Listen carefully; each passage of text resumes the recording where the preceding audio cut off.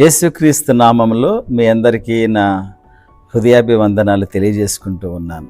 ఈ యొక్క ఆత్మీయమైన ఆహారము అనేటువంటి కార్యక్రమానికి మిమ్మల్ని అందరినీ ప్రేమపూర్వకంగా స్వాగతిస్తూ ఉన్నాను. మనమందరము కూడా ఆత్మీయంగా ఎదగాలని ఎంతగానో ఆశపడుతూ ఉంటాం. అంతేకాకుండా పరలోకము కూడా మనకు పనిచేస్తే ఎంత బాగుంటుంది. పరలోకము నాదే అని అంటే ఇంకా ఎంత ఆనందం అనిపిస్తూ ఉంటుంది.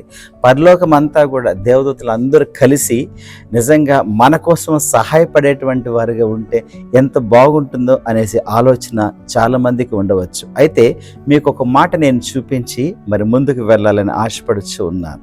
యేసు ప్రభు కొండపైన ప్రసంగం చేస్తున్న సమయంలో ఆయన మొట్టమొదట ఒక మాట అంటాడు. చూడండి, మత్తయి సువార్తలో నుండి 5వ అధ్యాయము మరి 3వ వచనాన్ని మనం చూస్తే మొట్టమొదటిగా ఆయన పలికిన యొక్క మాటలో, ఆత్మ విషయమై దీనులైన వారు ధన్యులు, పరలోక రాజ్యము వారిది.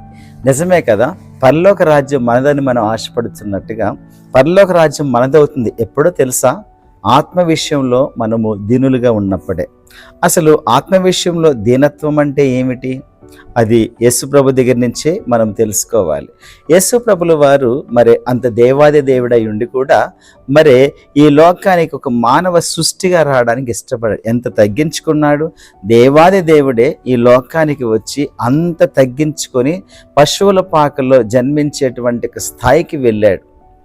మీరు ఆలోచన చేయండి. అదే సాతాన్ని మనం తీసుకున్నట్లయితే, నేను ఆకాశమునికి ఎక్కిపోవదును, నా సింహాసనం ఆయనకు పైగా వేసుకుందని అని అన్నాడు.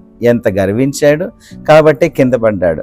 ప్రియమిత్రమా, ఒక్కసారి నువ్వు ఆలోచన చేసుకో. పరలోక రాజ్యము నీకు నిజంగా నీ సొంతంగా ఉండాలనుకుంటే నీకు పరలోకమంతా కూడా నీకు పని చేయాలనుకుంటే నీవు దీనుడిగా ఉండాలి. యేసు ప్రభు యొక్క దీనత్వాన్ని మనం ధరించుకునేటువంటి వారంగా ఉన్నాడు. యేసు ప్రభులు వారు ఈ లోకంలో ఉన్నప్పుడు ఆయన అన్నాడు, నా అంతటా నేను ఏమీ చేయలేను అని అన్నాడు. ఆయనకి కాళ్ళు ఉన్నాయి, చేతులు ఉన్నాయి, అన్నీ ఉన్నాయి. కానీ అంటాడు, నేను నా అంతటా నేను ఏమీ చేయలేను అని అన్నాడు. నా తండ్రి నాకు ఏమి చేయమంటాడో అదే నేను చేస్తూ ఉన్నాను అని చెప్తూ ఉన్నాడు. అంటే అర్థం చేసుకోండి ఎంత దీనుడిగా ఉంటూ ఉన్నాడో. చాలామంది ఆయన దగ్గరికి వచ్చి అన్నారు, అయ్యా నువ్వు మాట్లాడేటువంటి మాటలు చాలా చక్కగా ఉన్నాయి, చాలా ప్రోత్సాహకరంగా ఉన్నాయి, నిజంగా మరి పరలోకం నుంచి వచ్చినట్లుగానే అనిపిస్తూ ఉన్నాయి మీ మాటలన్నీ అని అంటే ఆయన ఒక మాట అంటాడు, ఈ మాటలన్నీ కూడా నావి కావు. చూసారా ఎంత తగ్గించుకున్నాడో. ఈవెన్ నా తండ్రి ఏం చెప్పమంటున్నాడో అదే నేను చెబుతూ ఉన్నాను అని అంటున్నాడు. ప్రియ సహోదరి సహోదరుడా, ఒక్కసారి నువ్వు ఆలోచన చేసుకో. దేవాది దేవుడై ఉండి ఇంత తగ్గించుకొని నిజంగా ఈ మాటలు కూడా నావి కావని చెప్పి ప్రతిదీ కూడా నేనేమి కూడా చేయలేను, నా తండ్రి ఏం చెప్తాడు అదే చేస్తున్నాను, నా తండ్రి వలే కార్యాలు చేస్తున్నాను అని ఎంత తగ్గించుకున్నాడో చూసారా. కాబట్టి మరి పరలోకమంతా కూడా ఆయన వెంట వచ్చింది. ఆయన చూపుతోనే, ఆయన వ్రేలుతోనే చాలా రోగాలు వెళ్ళిపోయి, ఆయన మాటతోనే నిజంగా దెయ్యాలు విలవిలలాడి పారిపోయినాయి. అంటే మీరు ఆలోచన చేసుకోండి, all the heavenly things worked for Jesus because he humble himself. సోదరి సోదరుడా, ఒక్కసారి నీవు కూడా ఈ యొక్క విషయాన్ని ఆలోచించవలసింది మనవి చేస్తూ ఉన్నాను. ఇంకా మనం చూస్తే బాప్తిస్మిచ్చి యోహాన్ని గమనిస్తే యేసు ప్రభులు వారు ఏమన్నారు తెలుసా? మత్తయి సువార్త 11వ అధ్యాయము 11వ వచనాన్ని మనం గమనించినట్లయితే అక్కడ స్త్రీల కనిన వారిలో బాప్తిస్మిచ్చి యోహాను కంటే గొప్పవాడు పుట్టలేదని నిశ్చయంగా మీతో చెప్పుచున్నాను. ఎంత గొప్పవాడయ్యాడో చూసారా బాప్తిస్మిచ్చి యోహాను. ఎందుకని అంటారు? ప్రభు ఆ మాట అన్నాడు. ఎందుకు తెలుసా?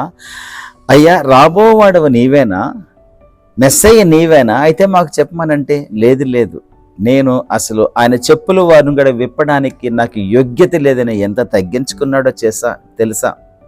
ఇంకా ఏమన్నాడో తెలుసా? అసలు నువ్వు ఎవరివేనంటే నేను అరణ్యంలో కేక వేయుచున్న ఒకని శబ్దము అని అన్నాడు. అంతే, ఒకని శబ్దము. ఈ మాటలు నావి కూడా కాదు, ఎవరో మాట్లాడుతుంటే ఆయన శబ్దాన్ని ఒక మైక్రోఫోన్ లాగా నేను పనిచేస్తున్నా అన్నట్టుగా ఎంత తగ్గించుకున్నాడో చూసారా. అటువంటి తగ్గింపు నిజంగా నీకున్నట్లయితే, మనకున్నట్లయితే పరలోకమంతా మన కోసం పనిచేస్తున్న సత్యాన్ని నువ్వు జ్ఞాపకం చేసుకోవాలి. అంతేకాదు ఆయన ఇంకో దగ్గర అన్నాడు, వాళ్ళ శిష్యులు చేసి వాళ్ళతో మాట్లాడుతూ యోహానుతో ఏమన్నాడో తెలుసా? అయ్యా మరి మీరు బాప్తిస్మిచ్చిన ఆ యేసు మరి అక్కడికి వెళ్ళి ఆయన మాట్లాడుతుంటే అందరూ ఆయన వెంట పడుతూ ఉన్నారని అంటే ఆయన ఏమన్నాడు తెలుసా? ఆయన హెచ్చవలసి ఉన్నది, నేను తగ్గవలసి ఉన్నది అని అన్నాడు. కాబట్టి ప్రియ సహోదరి సహోదరుడా, అంత తగ్గించుకున్నాడు కాబట్టి గొప్ప వ్యక్తిగా పేర్కొనబడ్డాడు. పరలోకమంతా అతని కోసం కూడా పనిచేయడం ప్రారంభించింది. ఈ యొక్క సమయంలో నువ్వు నిజంగా పరలోకమంతా కూడా నీ కోసం పనిచేయాలి నువ్వు ఆశపడినట్లయితే, నువ్వు దీనుడిగా, ప్రభువా నా వల్ల ఏమీ కాదు నాయనా, నీ శక్తి నాకు కావాలి. ఉదయం లేచిన నీవు, lord I need your strength, I need your wisdom, నీ యొక్క తెలివి, నీ జ్ఞానము, నీ శక్తి, నీ మాటలు నాకు కావాలి. నువ్వు తగ్గించుకొని ప్రభు సన్నిధిలో నువ్వు గోజాడినట్లయితే నిజంగా పరలోకం అంతా కూడా నీ వెంట వస్తుందని సంగతి జ్ఞాపకం చేసుకో. ఒకవేళ నువ్వు నీరసపడి ఆత్మీయమైన జీవితంలో ఎదగలేకపోతున్నావేమో బహుశా, ధైర్యం తెచ్చుకో. నువ్వు దీనుడిగా ఉండి ప్రభుని అడిగితే ప్రభు నీకు సహాయం చేయడానికి సిద్ధంగా ఉంటున్నాడు. పరలోకమంతా కూడా నీ కోసం సిద్ధంగా ఉంటున్నది. కానీ నువ్వు తగ్గించుకొని, ప్రభువా నా వల్ల ఏమీ కాదయ్యా, నీవే నాకు సహాయం చేయి, నీ వైపే నేను చూస్తున్నా, కొండల తట్టు నా కళ్ళెత్తు ఉన్నా, నాకు సహాయం నీ వల్లనే వస్తుందనే నిశ్చయతతో తగ్గించుకొని నిజంగా నువ్వు ప్రభు వైపు చూసినట్లయితే పరలోకం అంతా నీ కోసం పనిచేస్తుంది. ఈ యొక్క సమయంలో నీకోసం నేను ప్రార్థన చేస్తాను. మీరు తలలు వంచినట్లయితే మనం ప్రార్థనలో గడుపుదాం. ప్రేమగల్ల మా దేవ, కృపగల్ల మా రక్షక, మీకు వందనాలు, స్తోత్రాలు తండ్రి. ప్రభువా, ఈ వాక్యం విన్న ప్రతి ఒక్కరి హృదయాల్లో ప్రభువా యేసయ్య మీ కార్యము సంపూర్ణము చేయవలసిన మనవి చేస్తూ ఉన్నాం. తగ్గించుకొని ప్రభువా ప్రతి ఒక్కరు మీ వైపు చూస్తూ ఉండగా నాయన ప్రభువా మీ శక్తితో నింపండి, మీ ఆత్మతో నింపండి, మీ వాక్యంతో నింపండి. ఈ దినమంతా కూడా ఇక ఈ రోజు నుంచి వారి జీవితంలో గొప్ప మార్పు వచ్చి ప్రభువా తగ్గించుకొని నాయన పరలోకమంతా కూడా ప్రభువా వారి కోసం పనిచేసేటువంటి యొక్క ప్రక్రియ ప్రభువా జరిగించవలసిన మనవి చేసుకుంటున్నాం. నిరసించిపోయిన ప్రభువా ఈ యవనస్తుడిని, ఈ యవనస్తురాలని ప్రభువా మీరు జ్ఞాపకం చేసుకుని మీరు చేయూతనివ్వండి నాయన. లేవనెత్తండి ప్రభువా యేసయ్య. వాళ్ళ హృదయాల్లో ఆశయ కిరణమిచ్చి ప్రభువా జీవితం జీవించేటువంటి అనుభవంలోకి వారిని తీసుకుని వెళ్ళండి. ప్రభువా మీకు వందనాలు, స్తోత్రాలు చెల్లించుకుంటూ ప్రార్థన చేసే ప్రతి ఒక్కరి యొక్క ప్రార్థన మీరు ఆలకించి జవాబిచ్చి మీ నెమ్మదిని వారికి ఇస్తారని ప్రభువా నమ్మి మేము స్తుతిస్తూ యేసుక్రీస్తు నామములో ప్రార్థన చేస్తూ ఉన్నాము తండ్రి. ఆమేన్, ఆమేన్. ప్రియ సహోదరి సహోదరుడా, నిజంగా నీవు ఈ కార్యక్రమం వల్ల నిజముగా నీవు బలపడినట్లయితే ఇది ఇతరులకు షేర్ చేయాలని నేను ఆశపడుచు ఉన్నాను. కాబట్టి మీరు ఇతరులకు షేర్ చేసి ప్రతిరోజు కూడా ఈ కార్యక్రమం చూసి మరి ఆత్మీయమైన ఆహారము పొంది బలపరచబడి మీరు కూడా పరిచర్య చేయాలని, దేవుని కోసం వాడబడాలని నేను కోరుకుంటూ ముగిస్తున్నాను.